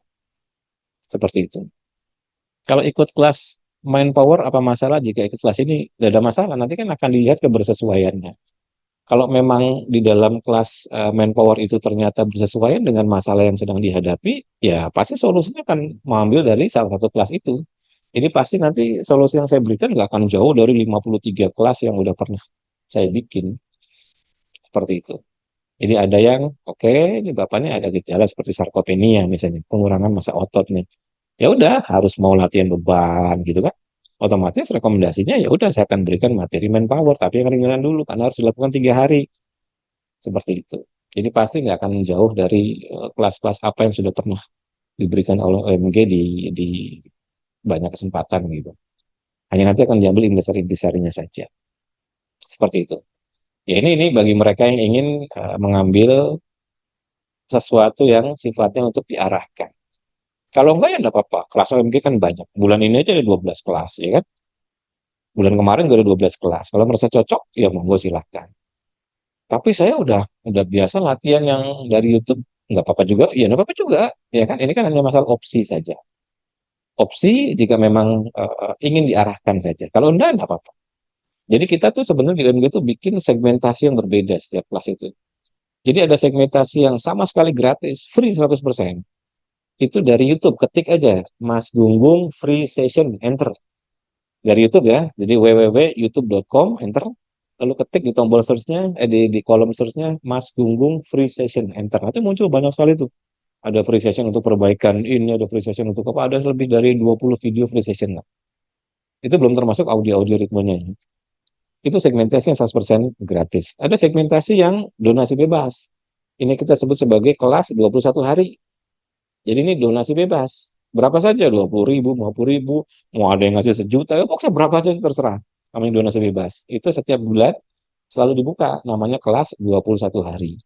Topiknya bisa macam-macam, kadang-kadang perbaikan limfatik, bisa juga perbaikan kualitas tidur, di bulan ini besok perbaikan kualitas tidur, nanti bulan depan bisa jadi yang lain, bulan depan bisa jadi yang lain, seperti itu. Namanya juga kelas 21 hari, donasi bebas, tujuannya untuk segmentasi masyarakat yang mungkin ya secara finansial kemampuannya terbatas lah. Dia ngambil yang gratis dari YouTube juga ya nggak ada ngobrol-ngobrol kan, nggak bisa ngobrol-ngobrol kalau dari YouTube kan. Jadi dia bisa gabung kelas 21 hari. Kalau ada kelas-kelas yang segmented sekali seperti untuk lansia, namanya kelas senior sehat, itu biayanya hanya 190.000. Ada kelas-kelas yang sedikit eksklusif seperti misalnya kelas peremajaan sel, biayanya 1,5 juta. Ada kelas antioksidan itu biayanya 750 sampai 1,5 juta. Kok antioksidan biayanya sampai mahal gitu? Ya karena ini nanti akan dikomparasi dengan kita jadi tidak perlu konsumsi antioksidan. Antioksidan kalau kita konsumsi setiap bulan itu, kalau misalnya mau sesuai jurnalnya, itu rata-rata akan habis 2 sampai 3 juta per bulan per orang. Jadi jurnalnya kalau mau bagus itu adalah 4,6 gram. paling nggak 4 gram nih, setiap hari konsumsinya. Antioksidan, kalau kita beli rata-rata hanya 500 miligram dari 250 sampai 500 miligram. Jadi bayangkan, untuk yang isi kapsul 30 saja, itu harganya merek Horbah itu sekitar 700-800 ribuan. Belum merek-merek yang lebih mahal lagi. Itu konsumsi sendiri. Jadi kalau Bapak konsumsi kedua, itu otomatis kalikan dua. Nah, ini ada kelas, namanya kelas antioksidan, yang semua data diambil dari jurnal yang randomized control trial, yang sudah kita uji baik secara lab kimiawi maupun dengan yang non kimiawi seperti PRME, itu hasilnya semua variabel antioksidan naik. Jadi tambahkan latihan ini sebagai latihan harian, maka akan mengurangi secara signifikan konsumsi antioksidan. Cost-nya menjadi semakin lebih kecil gitu. Jadi walaupun kelasnya mungkin angkanya agak mahal, tapi ini sebanding dengan apa yang didapat. Nah, sekarang muncul lagi kelas yang sifatnya pendampingan. Ya katakanlah semi private lah. Yang barangkali cocok, ya monggo silakan. Kalau enggak, bisa ikut kelas-kelas yang segmented tadi. Dari yang 100% free, donasi bebas, atau kelas-kelas yang ada lebih dari 50, 52 lah. Itu bisa lihat YouTube saya waktu diskon di tahun kemarin. Jadi cari YouTube saya yang diskon akhir tahun. Searching aja, Mas Gunggung diskon akhir tahun. Itu saya munculkan tuh daftar kelasnya tuh. Dari mulai kelas untuk satu hari daftarnya, ada kelas fundamental, lalu ada kelas perbaikan ini dan itu, kelas mental health, kelas khusus CA, itu semua muncul semua daftarnya ada banyak di situ. Yang diskon akhir tahun tahun kemarin itu diskonnya sampai 50%. Jadi peserta ada yang ngambil 10 kelas, ada yang ngambil 30 kelas, ada yang ngambil 40 kelas. Ngambil 40 kelas apa nggak kebanyakan? Kan nggak langsung pada hari itu juga. Nanti ketika kelasnya sudah ada, dia otomatis masuk di kelas itu. Jadi misalnya diambil bulan Desember, ternyata kelasnya baru buka di Februari, ya nggak ada masalah. Atau begitu kelasnya masuk di Februari, tinggal milih aja. Mbak Intan, aku mau ambil kelas ini yang ada tuh dari jadwal nih, dua kelas ini dulu aja. Karena waktu kemarin diambil sampai 40 kelas misalnya. Ada yang seperti itu. Bahkan waktu pas bulan Desember lalu, saya berikan diskon untuk usia di atas 75 tahun, diskonnya sebesar usianya. Jadi kalau usia bapak ibunya yang daftar usia 80 tahun, diskonnya 80%. Ada yang usianya 90 tahun, jadi diskonnya 90%. Dia tunjukin KTP-nya, betul, usia 90 tahun. Jadi diambil 40 atau 50 kelas waktu itu, dengan diskon 90%. Ya nggak apa-apa, ini bagian dari charity saya untuk orang-orang yang sudah sepuh lah. Orang sepuh itu kan dikaruniai umur panjang sama Tuhan. Ya mudah-mudahan saya akan sampai ke usia 90.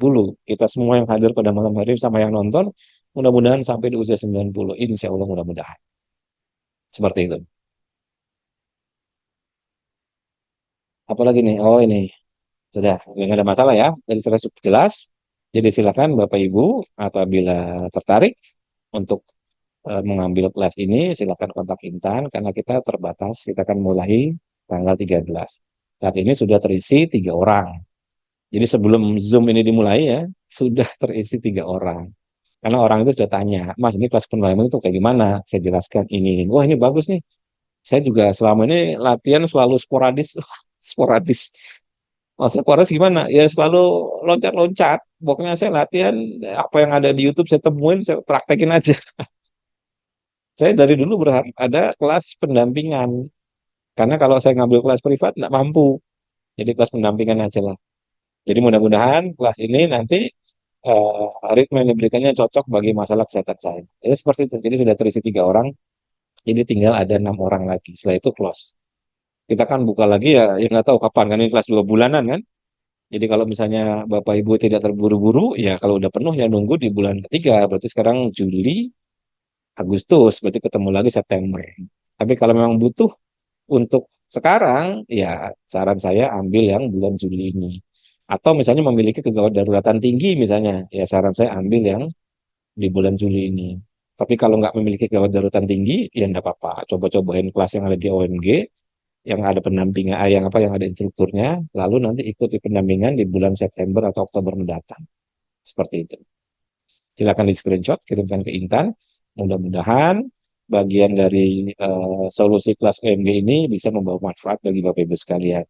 Kita komitmen untuk terus melakukan eksplorasi OMG ini, melakukan riset dan penelitian, mencobai melogikakan hal-hal yang mistis, gitu kan. Lalu kita mencobai sampai aman, Dengan berbagai amal dukun, kita memastikan sebuah teknik ketika dipraktekkan memiliki hasil yang ajeg. Ya tentu saja diperlukan ketekunan lah dari Bapak Ibu sekalian. Tapi tekun saja itu biasanya perlu waktunya cukup lama. Yang benar itu tekun dan diarahkan, ya kan? Ya itulah kenapa pentingnya ada guru.